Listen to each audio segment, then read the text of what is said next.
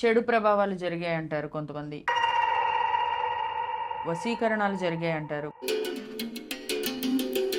కొంతమంది, అష్టదిగ్బంధనాలు అని చెప్పి ఈ మధ్య కొత్తగా వినపడుతున్నాయి.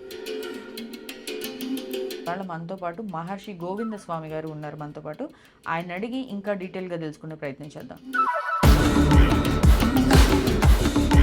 అసలు జనరల్గా ఇలాంటివన్నీ ఇప్పుడు ఉన్నాయంటారా? అసలు చెడు గ్రహాలు ఉన్నాయి, చెడు మాంత్రిక శక్తులు ఉన్నాయి. కాకపోతే దైవశక్తి ఎంత అయితే నిజమో, దేవుడి వెనక దెయ్యం ఉన్నది కూడా అంతే నిజం. ఒక రకమైన చెడు శక్తి ఉంటుంది. ఇప్పుడు ఆ శక్తి ఉందని మనకు ఎలా తెలుస్తుంది? మనిషికి ఆకస్మికంగా వచ్చేసి కొన్ని జరగరాని జరుగుతుంటాయి వాడి కుటుంబాల్లో. కొంతమంది చెడు కళ్ళు పెడితే నల్లబండ కూడా కరిగిపోతుంది. పడుకున్నప్పుడు నిద్రలో ఉలిక్కిపడి లేవటము, నిద్రలో వచ్చేసి పాములు, దాని తర్వాత నీళ్ళల్లో ఏదో శక్తులు బయటకు వచ్చినట్టుగా, ఆరోగ్యం గతంలో కన్నా ఇంతకు ముందు కన్నా ఇప్పటికీ క్షీణించిపోతుంటుంది. దానికి తగ్గట్టుగా మంత్ర బంధనాలు, మంత్ర శక్తులు, అష్టదిగ్బంధనాలు ఎన్నో ఉన్నాయి. అసలు అష్టదిగ్బంధనం అనేది ఎవరికి చేయిస్తారు?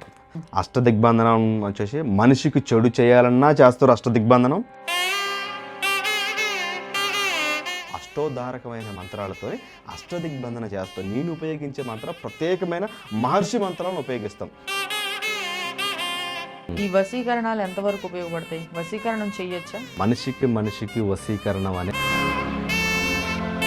కానీ వశీకరణ మంత్రం వచ్చేసి అందరికీ ఒకే రకంగా ఉండదు తల్లి. ఖచ్చితంగా వీరు వాళ్ళతో ఉంటే సుఖపడతారు అన్నప్పుడే మేము దాన్ని చేస్తాం. ఇప్పుడు వశీకరణం చేస్తే చచ్చిపోతారంట అంటారు, నిజమేనా? దిష్టి తీసి పడేస్తుంటారు. అవును. ఆ దిష్టి తీసి పడేసినవి అసలు ఆ 3 రోడ్ల మధ్యలోనే ఎందుకు వేస్తారు? అవి దాటిన వాళ్ళకి ఎలాంటి ఫలితాలు ఉంటాయి? జనాలకు ఒక రకమైన ఆలోచన ఏంటంటే,